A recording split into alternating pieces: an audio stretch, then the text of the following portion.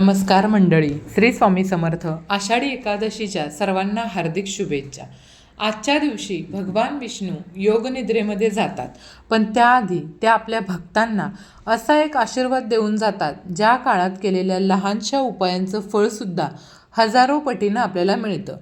अनेकदा लोक असं विचारतात की ताई, आम्ही खूप पूजापाठ करतो, पण तरीही घरात शांतता का नाही? मी त्यांना नेहमी सांगते की पूजा अर्चा जरूर करा, पण जेव्हा ग्रहांचे दोष, पितृदोष किंवा नकारात्मक ऊर्जा घराभोवती पिंगा घालत असते, तेव्हा शास्त्रात सांगितलेले हे लहान लहान अचूक तोडगे म्हणजेच उपायांची शक्ती काम करतात. आज जो आपण कापराचा उपाय मी तुम्हाला सांगणार आहे, तो मी स्वतः माझ्या अनुभवातून आणि माझ्या प्राचीन ग्रंथ परंपरेतून तुमच्यासाठी घेऊन आलेले आहे. हा उपाय केल्यानंतर अनेक लोकांच्या आयुष्यात रातोरात बदल झालेले आहेत. पण थांबा, ही कापरासोबत जाळायची ही एक वस्तू कोणती आहे हे जाणून घेण्यापूर्वी तुम्हाला एकादशीच्या संध्याकाळी करायची एक अत्यंत महत्त्वाची पूर्वतयारी माहिती असणं गरजेचं आहे. जर तुम्ही ती पूर्वतयारी केली नाही तर या उपायाचा पूर्ण लाभ तुम्हाला मिळणार नाही. आता अगदी मन एकाग्र करून लक्ष देऊन ऐका. मी जे तुम्हाला सांगणार आहे त्या हवेतल्या गप्पा नाही आहेत, तर आपल्या ऋषीमुनींनी आपल्याला सांगून ठेवलेले अत्यंत प्रामाणिक आणि सिद्ध उपाय आहेत. आज आषाढी एकादशीच्या दिवशी संध्याकाळी जेव्हा सूर्यास्त होतो, ज्या वेळेला आपण प्रदोष काळ असं म्हणतो किंवा संधिकाल असं म्हणतो, ती वेळ या उपायासाठी सर्वात जास्त फलदायी मानले जाते. असं म्हणतात, या काळात ब्रह्मांडातील ऊर्जा अत्यंत तीव्र असते. तुम्हाला काय करायचं आहे बघा, तुमच्या घरातील देवाऱ्यासमोर किंवा स्वच्छ जागेवर बसायचं आहे. एक स्वच्छ मातीची किंवा पितळेची पंती किंवा प्लेट घ्या. प्लॅस्टिक किंवा लोखंडाची भांडी अजिबात वापरू नका. त्या पंतीत शुद्ध भीमसेनी कापूर ठेवा. भीमसेनी कापूर नसेल तर घरातील साधा कापूरसुद्धा चालून जाईल, पण कापूर अस्सल असावा, कारण कापराचा धूर घरातील नकारात्मकतेला मुळापासून उडवून लावतो. आता येते ती म्हणजे पवित्र, दिव्य आणि गुप्त वस्तू, ज्याबद्दल मी तुम्हाला व्हिडिओच्या सुरुवातीला सांगितलं होतं. ही वस्तू खरेदी करण्यासाठी तुम्हाला कुठल्याही तांत्रिकाकडे किंवा महागड्या दुकानात जाण्याची गरज नाही. ती वस्तू तुमच्या स्वतःच्या स्वयंपाकघरातच विराजमान आहे. ती वस्तू दुसरी तिसरी कोणतीही नसून आपल्या प्रत्येकाच्या घरात सहज मिळणारे लवंग आहे. लवंग आणि तमालपत्र आणि एक छोटा दालचिनीचा तुकडा. बघा, 2 अखंड लवंगा आणि एक तमालपत्र, ज्याला आपण तेजपत्ता असं पण म्हणतो, किंवा एक छोटा दालचिनीचा तुकडा. बघा, 2 अखंड लवंगा ज्याला वरती संपूर्ण फूल असेल आणि एक तमालपत्र. मैत्रिणींनो, तुम्हाला वाटेल ताई, लवंग आणि तमालपत्र तर आपण रोजच्या स्वयंपाकात वापरतो, यानं काय होणार आहे? तर यामागचं अध्यात्म आणि शास्त्र आपण समजून घेऊया. बघा, शास्त्रात लवंगेला अग्नितत्व आणि दुर्गा देवीच्या शक्तीचं प्रतीक मानलं गेलं आहे. लवंगेच्या वर जे गोल फूल असतं ना, ते नकारात्मक ऊर्जेला खेचून घेण्याचं काम हे लवंग किंवा हे फूल करत असतं. तर दुसरीकडे तमालपत्र म्हणजेच तेजपत्ता हा साक्षात माता लक्ष्मी आणि भगवान विष्णूंचं अत्यंत प्रिय आणि प्रतीक मानलं जाणारं असं आहे. तर बघा, तमालपत्राचा धूर घरात पसरल्यास वास्तूतील दरिद्रता आणि पितृदोष क्षणात नष्ट होतो. जेव्हा तुम्ही आषाढी एकादशीच्या पवित्र संध्याकाळी कापरासोबत या 2 लवंगा आणि एक तमालपत्र पेटवता, तेव्हा त्यातून निघणारा सुगंध आणि धूर तुमच्या घरातील सर्व कोपरे स्वच्छ करतो.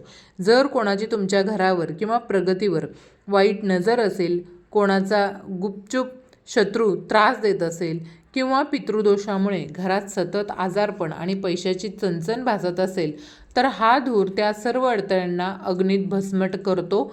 हा उपाय फक्त एकादशीच्या दिवशीच असा चमत्कारिक प्रभाव दाखवतो, कारण आजच्या दिवशी ब्रह्मांडात विष्णू लक्ष्मीची कृपा सर्वाधिक असते. पण थांबायचं नाही आहे. हे जळताना तुम्हाला एक विशिष्ट मंत्र किंवा नामजप मनातल्या मनात म्हणावा लागतो, तरच हा उपाय 100% काम करतो. तो मंत्र कोणता आहे आणि शत्रू त्रास कायमचा तुम्हाला संपवण्यासाठी या धुराचा वापर कसा करायचा हे मी तुम्हाला आता पुढे सांगते. लक्षात घ्या मैत्रिणींनो, आता जे आपण हे धूर किंवा विशिष्ट उपाय सांगणार आहे ना, ते अगदी तुम्ही एकाग्रतेने ऐका. जर तुमच्या आयुष्यात खालीलपैकी कोणताही त्रास असेल तर आज म्हणजेच आषाढी एकादशीच्या दिवशी ही पवित्र रात्र वाया जाऊ देऊ नका. अनेकदा आपल्या घरात खूप प्रयत्न करूनही कामं अडतात, पैसा टिकत नाही किंवा विनाकारण वाद होतात. याचं मूळ कारण दोष असू शकतात. आजच्या रात्री हे उपाय केले तर त्यांचा प्रभाव 10 पटीनं वाढतो. तर बघा, पहिली गोष्ट ती म्हणजे पितृदोष मुक्ती आणि घरात शांतता मिळवण्यासाठी उपाय. आता पहिली अडचण ती म्हणजे पितृदोष. जर तुमच्या घरात सतत कोणीतरी आजारी पडत असेल, तरुण मुलामुलींच्या विवाहामध्ये विनाकारण अडथळे येत असतील किंवा घरात अस्वस्थता जाणवत असेल तर समजून जा की पितृदोष किंवा पूर्वजांची अवकृपा किंवा पितृदोष असू शकतो. हा उपाय कसा करायचा अगदी लक्ष देऊन ऐका. आज एकादशीच्या दिवशी संध्याकाळी सूर्यास्तानंतर तीच मातीची किंवा पितळेची पंती आपल्याला घ्यायची आहे. त्यात कापूर ठेवून तो पेटवा आणि त्यात 2 अखंड लवंगा टाका. आता हा जो धूर आहे ना, तो पूर्ण घरात फिरवा. मुख्य दरवाजापासून सुरुवात करून घरातील प्रत्येक खोलीत, कोपऱ्यात हा धूर दाखवा. पण सर्वात महत्त्वाचं म्हणजे घरातील दक्षिण दिशा, ज्याला आपण साऊथ डायरेक्शन असं म्हणतो. शास्त्रानुसार दक्षिण ही आपल्या पूर्वजांची म्हणजेच पितरांची दिशा मानली जाते. दक्षिण दिशेला तो धूर थोडा वेळ स्थिर धरून ठेवा आणि डोळे मिटून अत्यंत नम्रतेने मनातल्या मनात म्हणा, ओम पितृदेवताभ्यो नमः आणि श्री स्वामी समर्थ. बघा, परत एकदा सांगते, ओम पितृदेवताभ्यो नमः आणि श्री स्वामी समर्थ.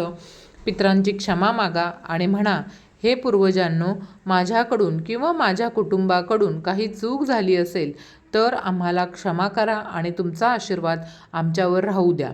बहिणींनो, विश्वास ठेवा, या एका उपायानं पितृ प्रसन्न तर होतातच, त्याचबरोबर घरातील नकारात्मकता बाहेर पडते आणि आपली अडकलेली जी कामं आहेत ती मार्गस्थ होतात.